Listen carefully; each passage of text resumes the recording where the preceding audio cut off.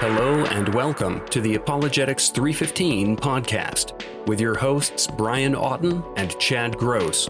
Join us for conversations and interviews on the topics of apologetics, evangelism, and the Christian worldview. Oh, great!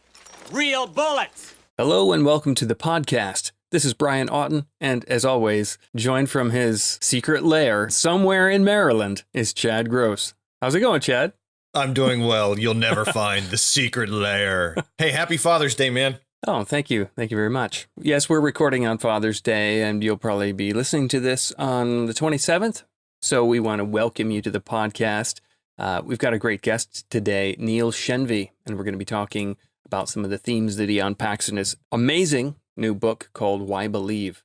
Chad, what are your initial impressions of this book?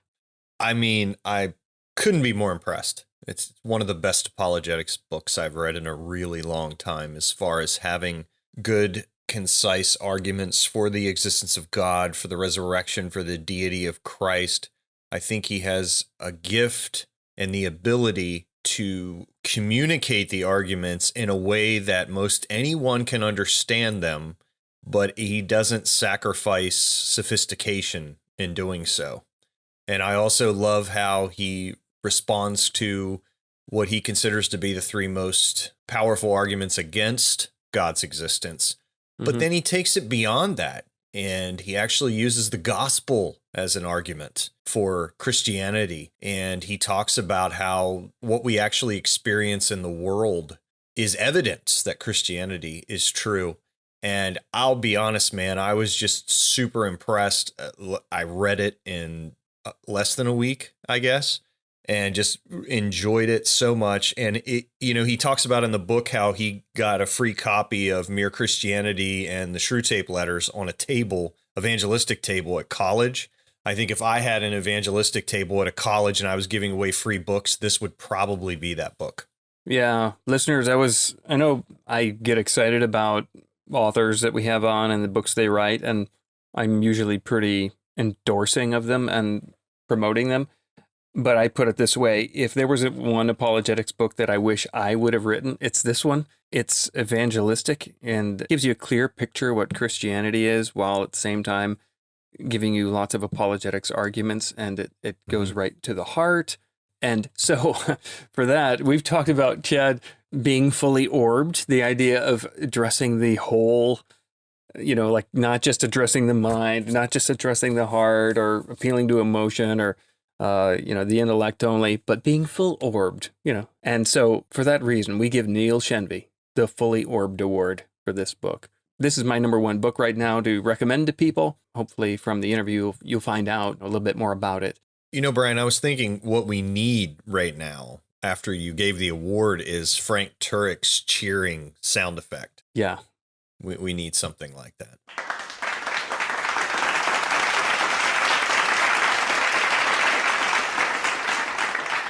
I don't know if it's clapping or a sudden rainstorm. I couldn't tell, but I think it sounds like clapping to me. Yeah.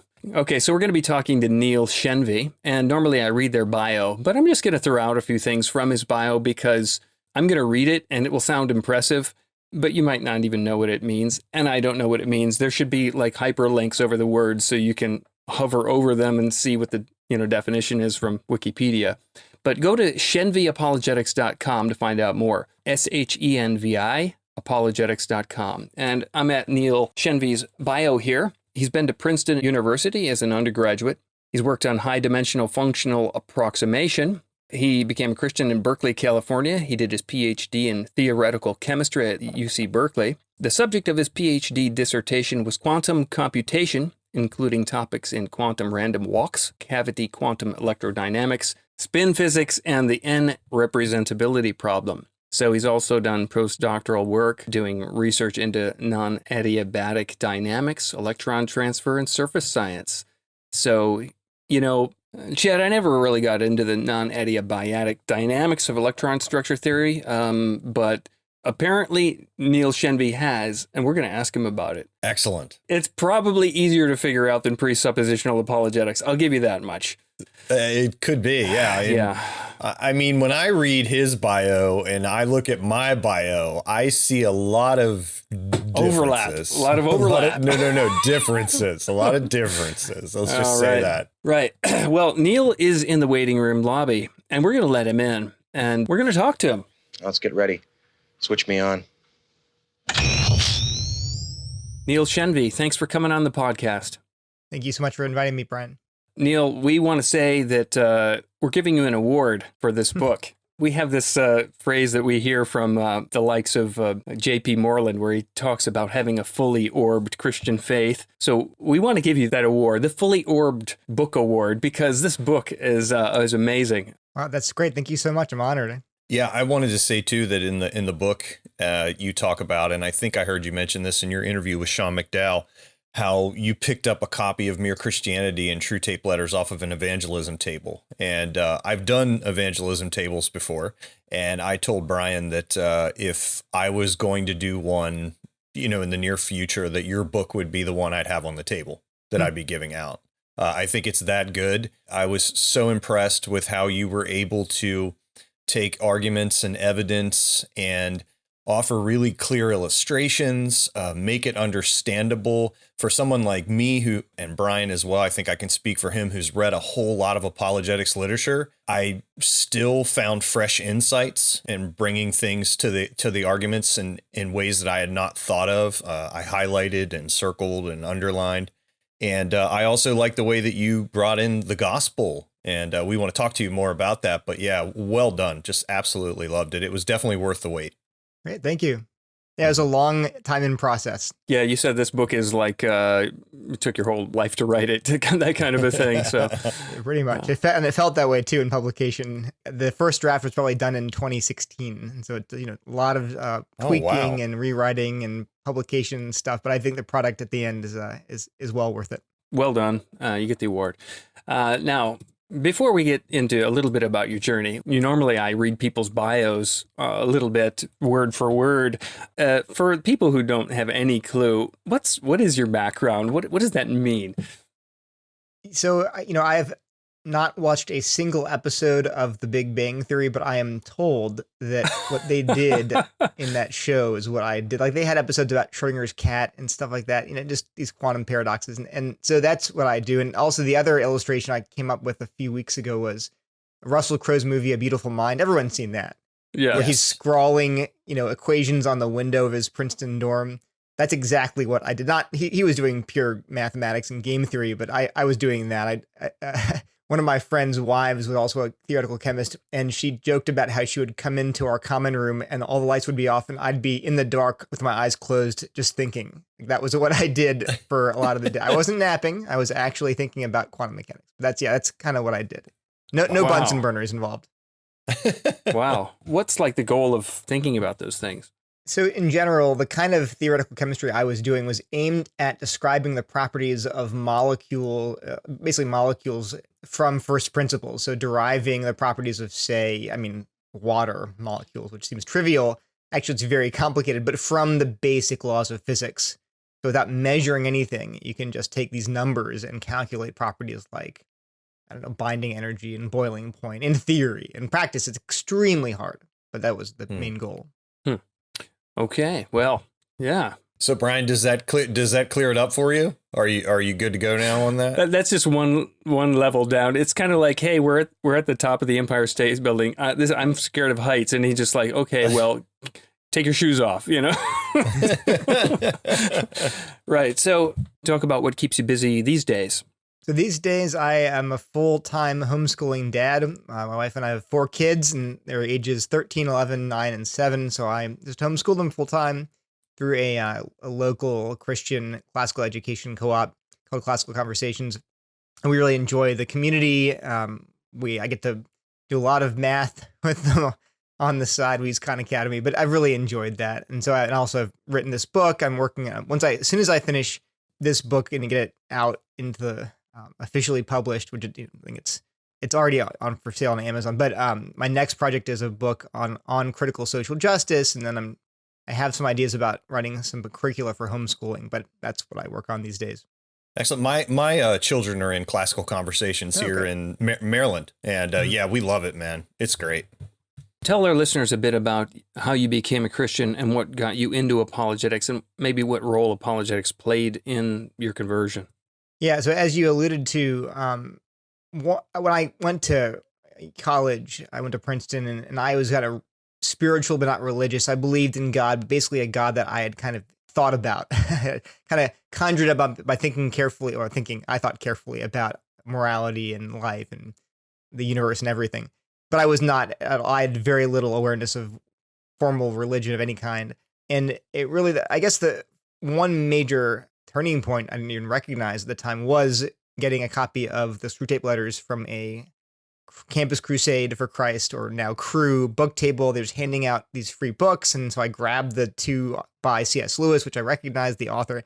I left the Bible there. I don't want the Bible, keep it for yourself. But I read that book probably 10 or 20 times before becoming a Christian. It was just, I couldn't put it down. Yeah. And I kept thinking to myself, how does he know so much about what goes on in my head? I've never met this guy. He's writing in the 40s and 50s in England, and yet what he writes about is so relevant, and he knows. So how? So what I was seeing was that, well, he has these insights because he is aware of human nature, and he's aware of, he knows about God's universe and the real story that makes sense of our experiences. Anyway, so that was a big part of it. I met my future wife, Christina, in college. She was a Christian. We went out to graduate school together where I became a Christian. And so through knowing her, just knowing that she was smart, she was funny, but she was also very committed and Christian. And it showed in how she related to herself and like her identity. My identity was very much wrapped up in being the best, being smart, being intellectual, being successful, whereas she just seemed to be much more at ease.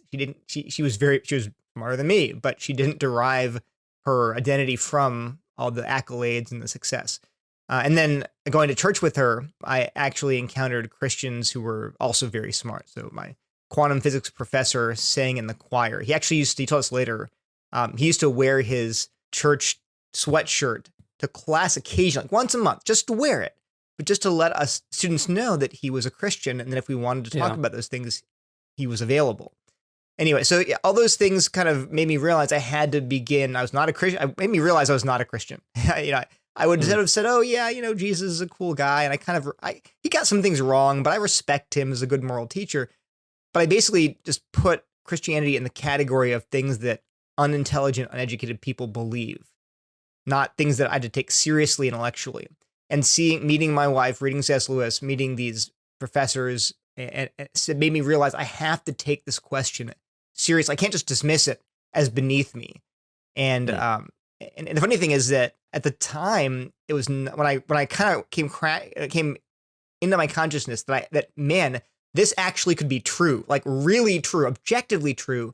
I was not happy. I was actually really upset because I was like, the God I created would not do these things. The God I want to believe in is not going to be wrathful and hate sin and judge us. And all these questions I have now. But I was upset, but that was looking back, and I was like, well, that's what happens when you have a real God, not just a God that you created. Well, the real God is not the God that you would invent. Imaginary friends are great because they do whatever you want. But real friends sometimes cross your will, and how much more a real God. Yeah, that's consistent with what Lewis talked about, how God was kind of intrusive to him at first. So one of the things that you had said pretty candid about in the book, and even I mentioned your interview with Dr. McDowell, is that apologetics wasn't necessarily central to your conversion experience. So in other words, these arguments and evidences that you share so well in the book, really didn't play a central role in your conversion. And you even said in the interview that apologetics was something you kind of, I think the way you guys put it was discovered downstream or later on. So it thought, this is not something I struggle with, but I could easily imagine a skeptic listening to this interview and saying something like, well, your involvement in apologetics now, you're just kind of trying to confirm what you want to believe, or you're just trying to validate this experience because you want to believe it. And I was just curious as to how you would respond to that. And sure, I think it's fair because we all do suffer from confirmation bias, right? We want to believe certain things. We believe certain things. And we go finding evidence to justify our prior beliefs. Well, that cuts both ways, though, right? Because the atheist is just as biased towards finding evidence. So he sees it as for atheism, right? And so you really can't evaluate the actual evidence on the basis of people's supposed biases. Number one, that's just basic reasoning. The argument stands independent of the one making the argument. It's either true or false, and same thing with evidence. The other thing I would say, though, is that it's a little more complicated than that, because although I didn't sort of discover apologetics, that wasn't sort of the primary, I'd say, driver behind my conversion, but I already had a background. Like I said, I'd read C.S. Lewis like dozens of times. So I understood basic things about Christianity, some. And then also, interestingly, one of the, maybe not the cornerstone, but one of the basic beliefs that I already had was that the story of Jesus was at least partially historical. So I'd taken a class at Princeton called like New Testament Origins, but we used Bart Ehrman's textbook for the course. We read the Jesus Seminar. Elaine Pagels taught a guest lecture. I remember her. At the time, I didn't know who she was, but she's a very well-known expert in the Gnostic Gospels. But the point is, it was taught from a totally secular perspective. In fact, I learned later that the Christian students on campus called that class the Faith Buster, because it was it would often challenge evangelical beliefs about the Bible, about Christianity. Anyway, but I took all of that class as a non-Christian, but what I took away from it was, well, Jesus clearly existed. In fact, our professor, John Gager, who's a well-known scholar, but he said there are 12 basic historical facts that almost all scholars realize are true about Jesus. And they were things like, he was a Jew, he was born in Palestine under Pontius Pilate, or he lived under Pontius Pilate. He was baptized by John the Baptist. That's one of the things that historians and secular scholars are like, yeah, no, definitely, because that would have been embarrassing for the Christian community that he's baptized by some other. But the point is, they had this basically the sort of outline of Jesus' life. And so when I heard the gospel, well, that Jesus, okay, yes, he was a historical figure, but also he had a religious significance. He died to rescue you from your sins. I couldn't write that off as, oh, that's all a myth. I knew enough that, no, that's not a myth. Like even my secular, professors were like, oh, no, it's completely a historical story, even if they, of course, thought it was very embellished. There were later accretions in the Bible. And yet I didn't have to start from scratch in a sense. Right. I think I already had some basic foundational framework for understanding Christianity. And the end of the book, as you guys know, is about the argument from the gospel. I make the case that most Christians don't become Christians due to this long intellectual journey where they read 100 books, they get a master's degree, they get a PhD, and they then intellectually prove to themselves that Christianity is true, and then they become Christians. It's much shorter. I mean, experiential. We know that people don't take this 20-year journey for the most part and become Christians. So then, well, is Christianity rational then? If it's not arrived at usually at the end of a long chain of study, then how do people know it's true? And so in the book, I make it an argument I think is actually how most of us come to know Christianity is true. And I argue it's the best argument for Christianity being true is actually this sort of, it's a combination of experiential argument, philosophical argument, but I think it's a good one. Yeah. That's very helpful. And I think that what I hear you saying is that the decision you made, you did have some factual basis to make it. And then later on, you just discovered a wealth more about it that you didn't know was there initially. Yeah. And in fact, I remember that William Lane Craig, I believe it was him, came and spoke at Princeton. And my future wife took me to the event, and I was furiously scribbling notes about the arguments. But I heard all the arguments, so I knew they were there. I just didn't. So I know I was, and the funny thing is, even though I believed in God, I felt this need to like challenge the arguments. I didn't like the fact that he was going to argue that it was rational to believe. I wanted it to be like a virtuous thing, like, oh, there's no evidence, but I believe because I'm a good person. Because of course that was also part of my identity was not only am I smart, I'm virtuous. And here you are telling me that it's actually rational. No, don't do that. I want it to be, I want it to be a thing I can be proud of, that I can boast in. Oh, you're an atheist, I'm better than you. And of course, that was part of, what needed to die. It needed to repent of that pride that said, I'm smarter than you, I'm virtuous, I'm better than you, I'm more spiritual than you. All of that, the gospel challenged and said, no, this is not how this is done. You have to admit your need, that you're just as bad as everyone else, and you need to rescue. And that was a major part of me saying, wait a minute, this is not how you become a Christian. It's not through pride, but through admission of your need. Yeah. I love how in the book you seem to be gospel focused throughout. I mean, it's not like a tack on at the end, like, make sure we pray a prayer at the end of this book. It's amazing. I love it.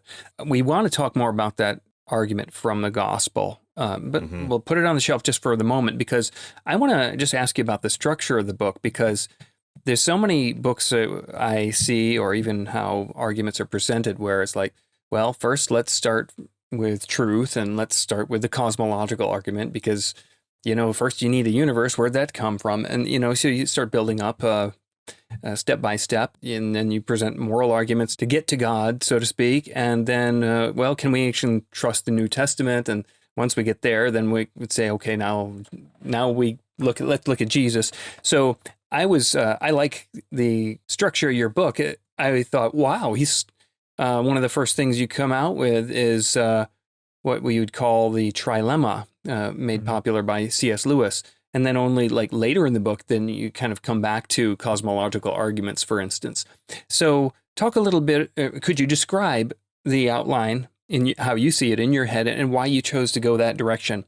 Yeah, so that's a good question, because I don't think my publisher actually challenged me, but definitely some friends I had heard of the book were like, do you really want to go this direction? Because like you said, usually you start with God. This is a classical apologetics method. Start with God, and then move on to which God? What is it? Jesus is a Christian God.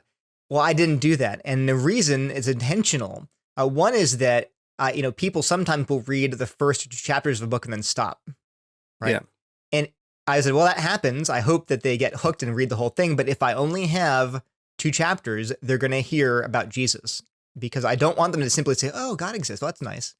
I want them to be challenged by Jesus, the figure of Jesus in the New Testament, and decide what they're going to do with him. They can't just pat him on the head. They can't just say, oh, he's a nice guy. He's a cool guy. He seemed like he was kind of a socialist, whatever. They have to actually reckon with the real Jesus as recorded in Scripture. And so that's why I wanted to put him front and center. And also the book is divided into 4 independent arguments for Christianity. I never argue for just theism. I wanted all the arguments independently to argue for the truth of Christianity, because I'm not interested in people merely coming to an intellectual belief that a God exists. I want them to embrace the real God. Amen. Revealed in Jesus. So that's why, again, so I have the trilemma, the first section. The second section is the resurrection. The third section is, I frame it as God and revelation. So, God's revealing himself in his words and in his works. And we know that he's then the God of the Bible, and through these various arguments. And they're very classical, but again, the framework, the framing is always, it's the Christian God who is the best answer to these arguments. And then finally, the argument from the gospel. So my goal always was to make it about the Christianity, this fully orbed view, not just this minimalistic, bare creator, this first cause. That was part of my intent. Well, yeah. Exactly. That's Nailed why it. I'm just like, yes, this is, I love it. Super. Well, what's interesting too, Neil, is that when you started the book that way, I found it so different and so interesting that you started with the trilemma that it intrigued me. So, I know I think that's a great point, that not everybody finishes a book when they start. So you want them to deal with Jesus, but it also had the effect of, it did hook me, because I thought, where's he going to go from here? Because I've never seen this approach. So I like that. With the trilemma, I love the fact that you use that, because you even hear in apologetic circles how, the trilemma doesn't work. Or Peter S. Williams is a philosopher, and in his book, C.S. Lewis versus the New Atheist, he also defends the trilemma, and you did an equally admirable job in your book. But I was interested, this idea that Jesus is either Lord, lunatic, or a liar. Mhm. Some like Bart Ehrman, who you mentioned, he said this isn't a good argument because there's this option that's left out, which is Jesus was a legend. Yeah. And of course, Ehrman doesn't believe that Jesus was a legend. I mean, he wrote a book defending the existence of Jesus, right? Yeah. But he means this idea that people calling him God developed, that this was a legend. So I was wondering how you would kind of use the trilemma to respond to Ehrman. Well, that's the whole, I mean, I lay out the trilemma as Lewis posed it, and then I point out, actually, so I raise exactly Ehrman's argument. And one of the things I did in this, but I tried to do, was I tried to engage the atheist literature, the non-Christian literature extensively. So I quote Ehrman extensively in the book. He's probably one of the, behind C.S. Lewis, maybe Tim Keller, he's probably like the third most cited figure in the book. And so I say, yeah, a lot of people say, well, there's a fourth option. It's legend. So to make this argument work, to make it relevant again, we have to show people that the New Testament figure of Jesus is the real one. And so I do that, and I have all these lines of evidence, from mentions by non-Christian historians and onomastics, that's the proper names in the New Testament. All these various lines of evidence point to the fact that the New Testament Gospels are reliable, historically reliable. And so that restores in the trilemma. And then once you do that, and actually I raise an interesting challenge. I'm like, look, if you think, well, there's still some stuff in there that I can't really accept. I don't believe it's all true. So I was like, okay, fair enough. Just read one, maybe the earliest gospel. Most scholars think Mark's gospel came first. Sure, just read that by itself. Like, well, gosh, this guy's making these claims that are outrageous. He's got to be either Lord, liar, or lunatic. Well, what if you just throw away 75% of the verses? Just have 25%, 1/4 of them randomly. Pick those. Oh my gosh, this guy's still saying crazy things. So no matter how you chop it up, no matter how you parse it out, you're going to end up with this argument unless you do one thing. If you take out all the verses that make you uncomfortable, then you can escape the trilemma. But that's not a fair way to do history. Once you've established by evidence that this book is pretty reliable, you have to just take it as it is. You have to either dismiss Jesus as a evil megalomaniac or fall at his feet and call him God, but you can't really do anything different. Yeah, I loved in the book how you had the coffee shop Jesus. Yeah. Imagine this guy shows up at the coffee shop and he's saying some of the things that Jesus said, how that really kind of helped me look at it from a different perspective. So that was really great. So if you're listening and you want to hear that, get the book. I like, Neil, and you alluded to it there, how with the quotes by Ehrman and whatnot. A few times I hear throughout the book you say, I think the atheist's best answer to this is, and then you present the atheist's account of, the beginning of the universe or what have you. Yeah, throughout the book. Obviously, again, that's intentional, but tell us, what's your intention? Well, I do want to present, honestly, the best arguments against my arguments, right? I mean, I'm sure I missed some. I'm sure someone out there is going to say, well, what about this response? Yeah. And either I hadn't heard of it, which is totally possible, or I was like, no, actually, that's a weaker response in my personal subjective opinion. I think this one really is the strongest response. But I didn't want to, erect straw men. I wanted to kind of quote just word for word extensively what they're arguing. And then I didn't want to leave challenges unaddressed, because I think oftentimes if you present a case, I mean, Bible says it itself, Proverbs 18:17, the one who states his case first seems right until the other comes and cross-examines him. So I don't want to make this really strong sounding case and then never address the really good challenges to it if they exist. So that was my goal. And I think also, I hope readers appreciate that I'm trying my best, doing my due diligence to present the other side. I'm not just putting forward this very superficially convincing argument that doesn't even bother to consider the other perspective. And so, on my shelf behind me, I'd say the last 10 years, maybe not 10, 5 or 6 years, I probably have read 80 to 90% atheists, secular, progressive scholars in various subjects. 10 to 20% maybe I've read Christian authors. It's probably not great spiritually healthy for me, but I've read the Bible. To be fair, I've read the Bible much more than any of those books. But when I go to read scholars, I want to challenge myself with the other perspective, because people that agree with you, I'm like, oh, of course I believe that. I want to hear the best case from the other side so I can understand their arguments and then and refine my own beliefs based on what they say. That goes not just for New Testament studies or for science or for anything. It also goes for other economics, politics. It's always healthy to try to read balanced, read both sides. But if you're going to err on the side of reading people you disagree with, who you're inclined to think are wrong, because they're going to be the ones who challenge you and expose your blind spots. Good point. Now I'm looking over at my shelf and I see that I've put that argument from the gospel that we were going to talk about there. And so let's grab that back down. So how do you present the argument for Christianity from the gospel? Can you give it its overall contours and then we'll look at some of the details? Sure. So the claim that I make is that the gospel itself, the message that Jesus came to die for your sin on the cross, he rose from the dead to justify you, to vindicate his claims, and to show that you can be reconciled to God through his death. That message, basic Christian message, is itself the best argument for the objective truth of Christianity. And again, I expect Christians to be the most flummoxed by that claim, because normally we're like, well, wait a minute, no. Apologetics is what we do prior to sharing the gospel. First, we explain Christianity is true, or at least intellectually credible. And then when they're convinced, then we get to the gospel you just described. So what is this claim that the gospel itself is the best apologetic for Christianity? Well, here's the argument. It's 4 premises and a conclusion. And the premise 1 is, if a religion makes a claim that is uniquely true, then the best explanation is that that religion is uniquely true. So a deep, important, fundamental, existential claim about our human condition, and it's true, and it's unique in making that claim of all world religions. Well, the best explanation is that religion is true. Well, 2, Christianity just empirically does indeed make 2 such unique claims about our fundamental human condition. It claims that we're radically sinful and that we need a rescuer. Premise 3, we are radically sinful. Premise 4, we do need a rescuer. And then the conclusion is the best explanation for all of that stuff is that Christianity is uniquely true.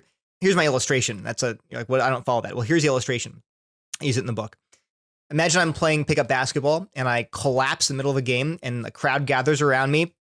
And one of them says, oh, I saw what happened. You just tripped. Just get up, walk it off. You'll be fine. Another person says, no, I think he might have twisted his ankle. He should wrap it up with an ace bandage. I'll go to my car. I'll go grab an ace bandage. Another guy says, no, there's a pharmacy across the street. Let me give him some Advil. I'll give him an ice pack to prevent the swelling. But they all, they have this collegial, friendly discussion of the best way to treat my injury. But while they're talking, a woman rushes up. She says to them, I'm a doctor. I saw exactly what happened. This man's life is in immediate danger. We need to get him to a hospital right now. Call 911. And they all stare at her like, what on earth? He just tripped, lady. Don't freak him out. You're overreacting. And so they're very incredulous, but she turns to me and she looks me in the eyes and she says, I'm going to tell you 2 things. 1, you can't feel your legs, and 2, you can't move. And again, they are skeptical. They're like, let me see your credentials. Are you really a doctor? You seem like a crackpot to me. But I turn to the crowd and I say, call 911 immediately. Get me to a hospital. Now, is my trust in her justified? Yes. Why? Because I know 2 things that no one in the crowd knows. I know that I can't feel my legs and I can't move. Now, they didn't know that, but I have immediate access to my true state. And they didn't. So I am fully justified in knowing and trusting her that she's actually a doctor, because she, unlike everybody else, had somehow had this awareness of my real condition, and they didn't. So the rational conclusion is she probably is who she says she is. She's probably a doctor. That's why she has this insight that everyone else lacked. That's the claim I'm making about Christianity. And that's dovetails all with my own story. When I'm reading C.S. Lewis and thinking, how on earth can he know what my inner life is like? Well, that makes a lot of sense if he has experienced that inner life and understands it, because he's putting it in the right, real context, which is the true story of Christianity. Christianity is true, and that's why it speaks so well to every human's predicament. Formally, it's a formal, logical, deductive argument. So then in the next 3 chapters, I go through each premise and I show, for example, Christianity is unique in making those claims. I go through other major world religions. I go through Hinduism, Buddhism, Islam, and Judaism, which together account for like 90%, and Christianity account for 90% of all religious adherents. And I show that not even in my own estimation, but according to religious studies scholars, that yes, indeed, they make different claims, and Christianity is unique. That's not necessarily true, just unique in making these claims. Then I have to argue, well, are the claims true? And I go through the claim that we are radically sinful, and I draw on evidence from world history, from psychology, from our own just experience and self-reflection to argue that, yeah, we really are radically sinful.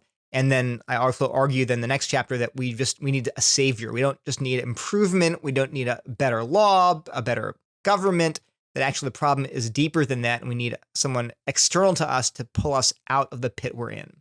So that's the argument. And the other thing is well, if you accept the argument, then that shows, in fact, that Christians are all justified in believing that Christianity is true, because all Christians grasp two things. They are sinners who need a savior. And so, again, the illustration I use in my book is, imagine a woman, an atheist, gets onto a bus, finds a little gospel tract under her seat, pulls it out, reads it, and she gets off the bus and she's a Christian.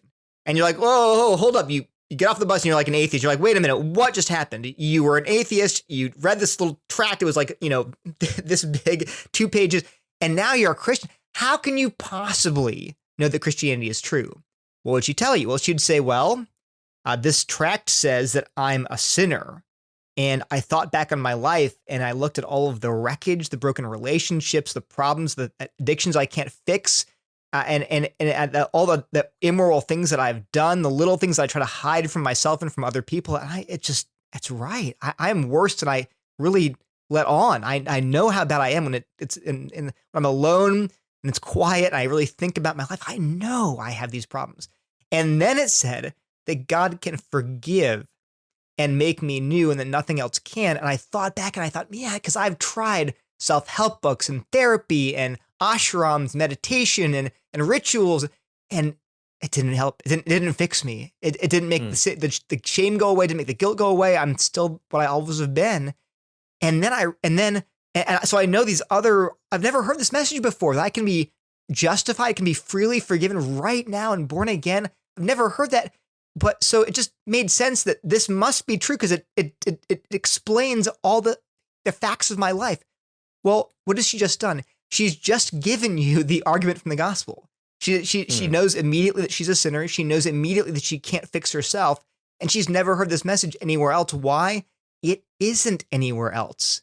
So she, like all Christians, had this instinctive, intuitive awareness of these facts that then make it rational. They're justified in putting their faith in Jesus. I love how that argument accomplishes so much in showing the rationality, showing the justification of your belief, but also explaining the gospel. If someone's unfamiliar with it, it explains the gospel, and there's that appeal as well. Let me play kickback mode on that, and I can imagine maybe a skeptic saying to premise one, you say if a religious claim makes a claim that is uniquely true, then the best explanation is that religion is true. What if they say something like, well, it's not true that the claims of Christianity are uniquely true. Other religions say that we're sinners. Put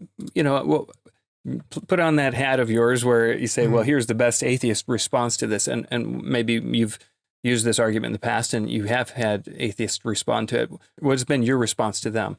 So I don't think they usually challenge that claim because, frankly, I go through, I quote from Muslim scholars, I quote from Jewish rabbis, I quote from Buddhists and Hindus, and they just say, no, we reject the Christian conception of sin. Of course, we believe that people disobey God, but we don't believe they're born into sin. They have the flesh clings to them. They're not radically depraved. We don't believe that. I'm like, yeah, no, I know, I agree. They don't believe that. And actually I make the point, to accept the premise that Christianity is unique in making these claims is not to accept that Christianity is true. You could say it's uniquely false because it makes these wrong claims about how sinful. You say, I actually, in the book, I say, you could say, yeah, I know Christianity is unique in making that claim, but I don't believe I'm that bad. So you accept that premise. You reject the next one, which is that, well, you are actually radically evil. And people, I think it's much more common to hear people say, well, yeah, I got my flaws, but I'm not that bad. So that's I don't think I've ever heard someone deny that Christianity has a very pessimistic view of our natural state. That's pretty clear. That and I guess I quote a religious scholar named Stephen Prothero in his great book God Is Not One, and he's not a Christian, but he says just flat out, he makes an incredible description of the gospel and says this is unique. This is the way that Christians view the world, but not other religions. They do not think that we're that bad that we need a rescue. Because if they did, and he actually says at one point, if you think your main problem is sin, then it makes sense to come to Christ. He says, that's not a direct quote, it's like very similar to that. It's in the book. But that's his assessment as a non-Christian religious studies scholar. Yeah, I just actually looked that quote up here in the book. It says, if this is him, the professor you mentioned there, it says, if you see sin as the human predicament and salvation as the solution, then it makes sense to come to Christ. And that's after he has said that the biggest issue here is that whether it's Confucius or Buddhism or Muslims or Jews, that's they don't even offer salvation. It's not even where you can. It's not even where you can get it. I mean, I think we tend to view salvation as this term that just means like heaven or like happiness or, reconciliation with God. But think about the word save in another context. If you're like, that was a great save by the goalie. What are you assuming? You're assuming, what would have happened could only be prevented by the goalie. The puck was heading toward the goal. He stopped it. And if he weren't there, there's no hope. Well, that's what salvation is supposed to mean, is that Jesus saved us. Meaning we could, no one and nothing else, we couldn't save ourselves. We were heading to hell and Jesus reached in from the outside and said no.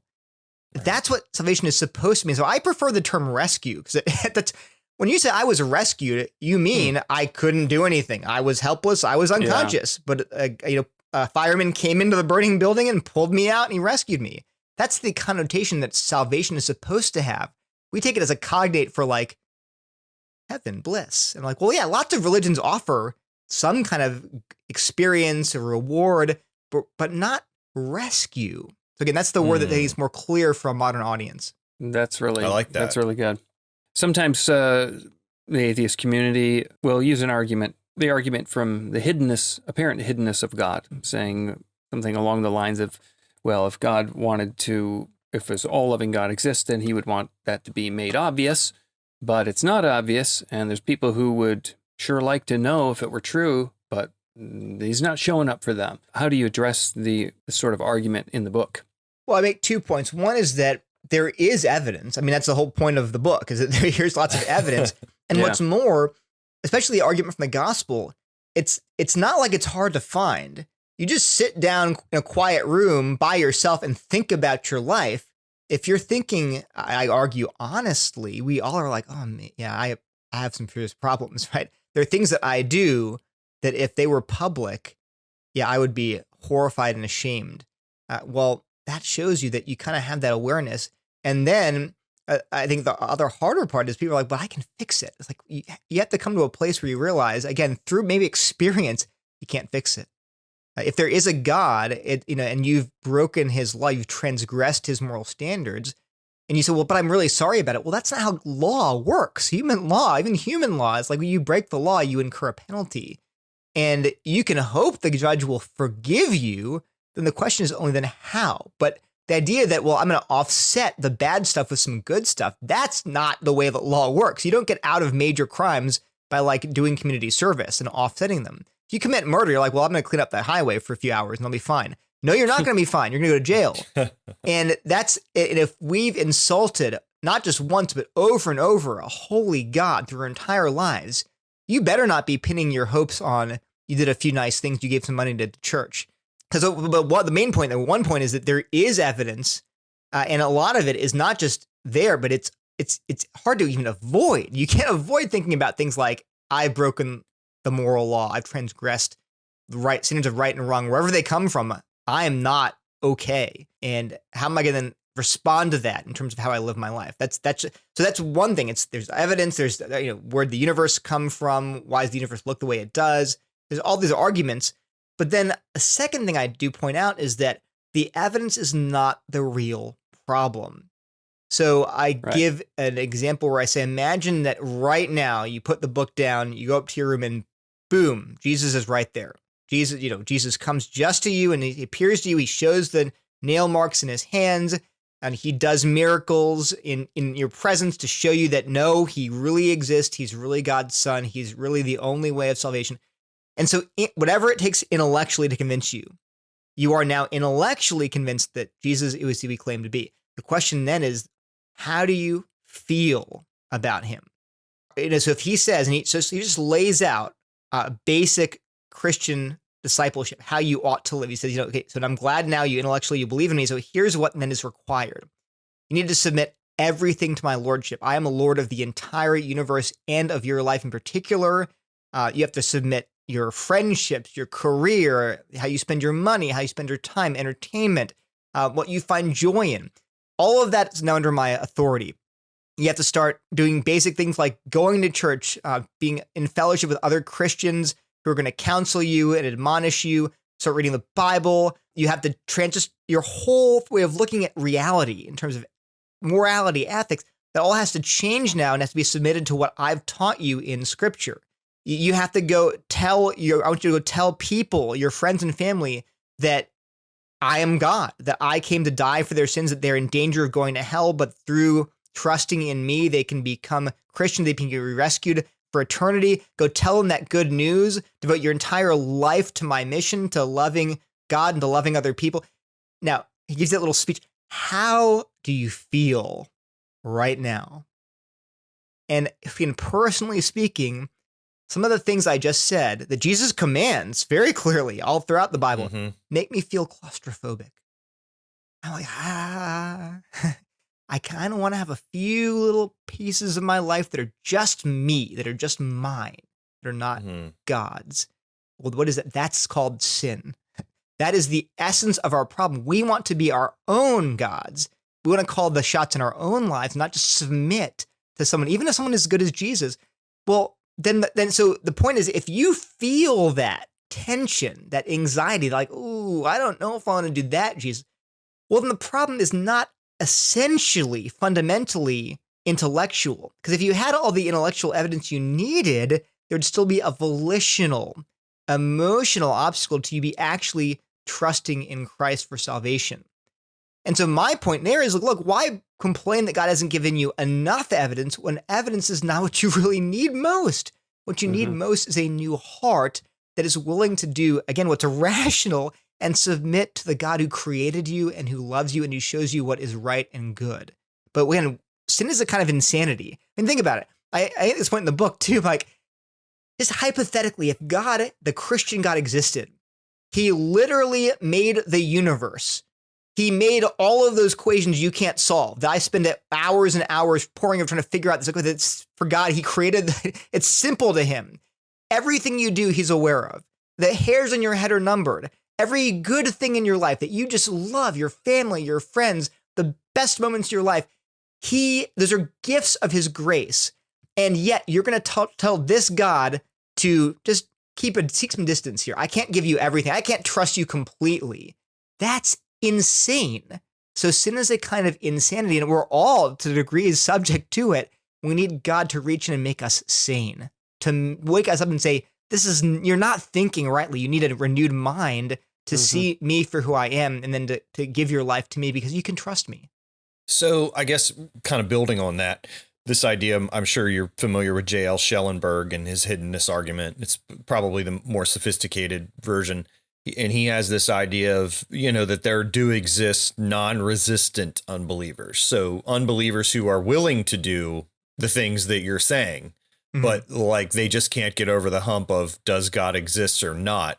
If I'm understanding you correctly, and please correct me if I'm not, you're just saying that you're a bit skeptical that such a person exists, or is that correct? I think, and then that's basically what I would. And I say, well, wait a minute, that's kind of uncharitable. They insist they really want to know God. They really seem genuine. And I said, but look, God knows human hearts, and God in the Bible says, no, none see God. None of you really want to know me. And so I wouldn't say they're consciously lying. I'm not saying that, they claim to want to follow God, but they don't really. It's not conscious. It's at a subconscious level that even they can't even maybe name or identify. But I'm just basing on what the Bible says. God knows the human heart, and God says, no, sorry, humans don't seek me. They seek to run from me. And then I also, and this, there are other things you could add. I didn't address Schellenberger's argument directly in the book. I think I've read it a long time ago. But one of the things that's relevant, I think, is the argument I make from truth seeking. So I argue that our moral obligation to seek the truth only makes sense. It's only justified if God exists. And so when people are like, well, I wish I could believe in God, I just don't know if he actually exists. I'm like, well, why do you care? Because ironically, if you think you are obligated to only believe in God if it's true, you're obligated to seek the truth about God's reality, existence, and that's why you can't believe. Well, that very belief that there is this moral obligation to seek the truth is only true if God exists, and not just any God, but a God who commands it. So anyway, that's another argument. But what I would just say is, I would almost ask sort of an existential question. I would totally love to trust God and to follow Jesus if only I could resolve my intellectual doubts. I would say, with all due respect, why do you care whether or not it's true? They'll say, well, they're like, well, obviously, yeah, I agree. You would not want, do you think it's wrong to believe in things that are not true? You think it's wrong to close your ears, close your eyes, and just believe in your heart? Okay, but if that's true, as I argue in the book, then it points to a God who obligates you, commands you to seek the truth. So your very argument that I can't believe it's true, well, that's how you know. It's one of the ways you know it's true, because that makes no sense if we're just, all in motion with no obligations at all, especially with obligations to seek the truth. Wow. I would never have thought of that. That is a really good approach to the hiddenness argument of, yeah. Can we talk a bit about that truth-seeking argument?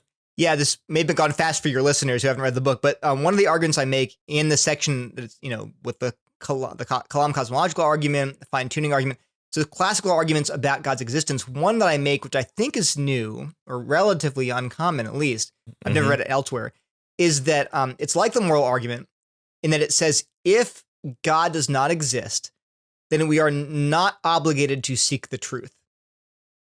But we are obligated morally to seek the truth. We're morally obligated to seek the truth, and therefore God exists. So it's very similar to the moral argument.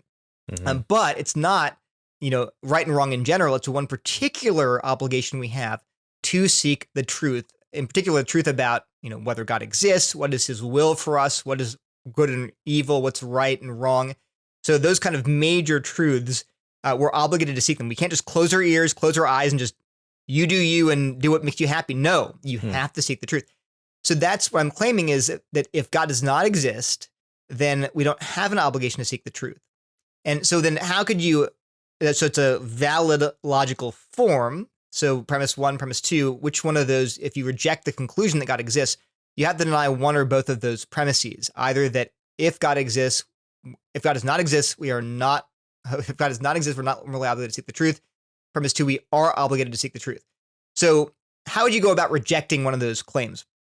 Let's say I say, well, no. I can ground our moral obligation to seek the truth somewhere other than God. So atheists often will say, well, no, what is good and evil, right and wrong is simply maximizing human flourishing. So I don't need God to ground my obligation to seek the truth.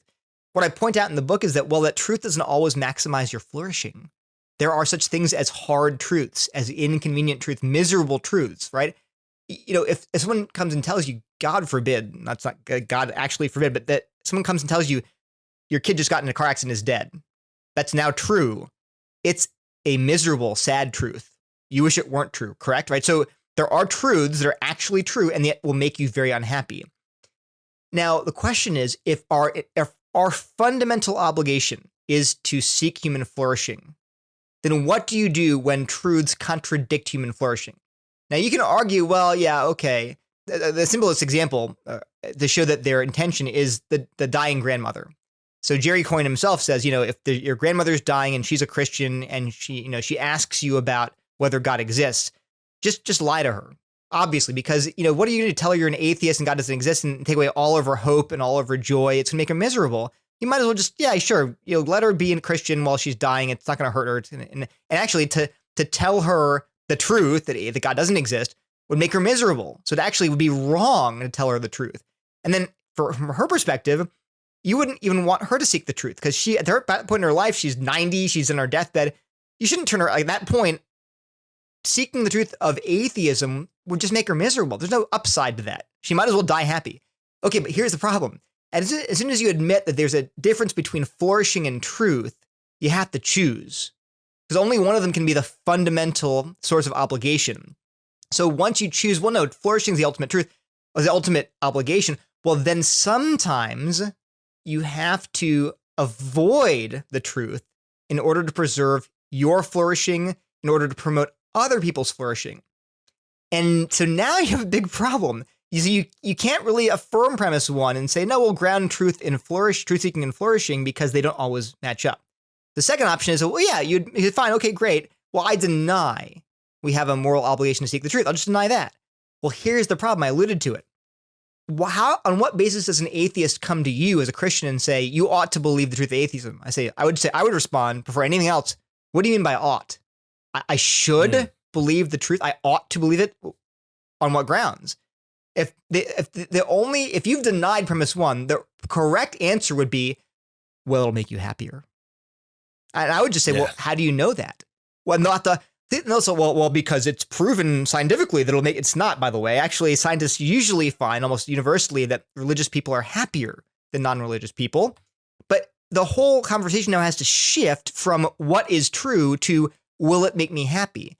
And I have to ask atheists, are you comfortable with that direction change? Are you comfortable urging people to become atheists not because it's true, but for any other reason, like it'll make you happier, it'll make you more money, you'll have these nice feelings? Our soul cries out and says, no, we don't want to believe noble lies and happy fictions. We crave the truth. Why? Because we are made in God's image, and God commands, we know in our hearts that it is right, it is our obligation to seek the truth. But that itself is evidence that a truth-loving God exists who commands you to seek the truth. So anyway, that's a really interesting way to turn the discussion and say, well, when you urge me to deconvert, why? The onus is on them to explain what they mean by words like ought and should. For Christians, it's easy. When it comes to me and says, well, why ought I seek the truth? I say, well, God commands it. On my worldview, it makes total sense that you seek the truth, and Jesus is the truth. It's an obligation that we all have as human beings. But on your worldview, on your belief that God doesn't exist, what do you believe? Why do you believe I should seek the truth? Yeah, and I love that argument. And I agree. I had never heard it before. And I just want to point our listeners to Neil's discussion with Sean McDowell, because they unpack that argument for about an hour. And so if that piques your curiosity and you want to learn more, obviously you want to start with the book, Why Believe by Neil Shenvi. But secondly, an online resource would be that interview with Dr. McDowell. It was super helpful.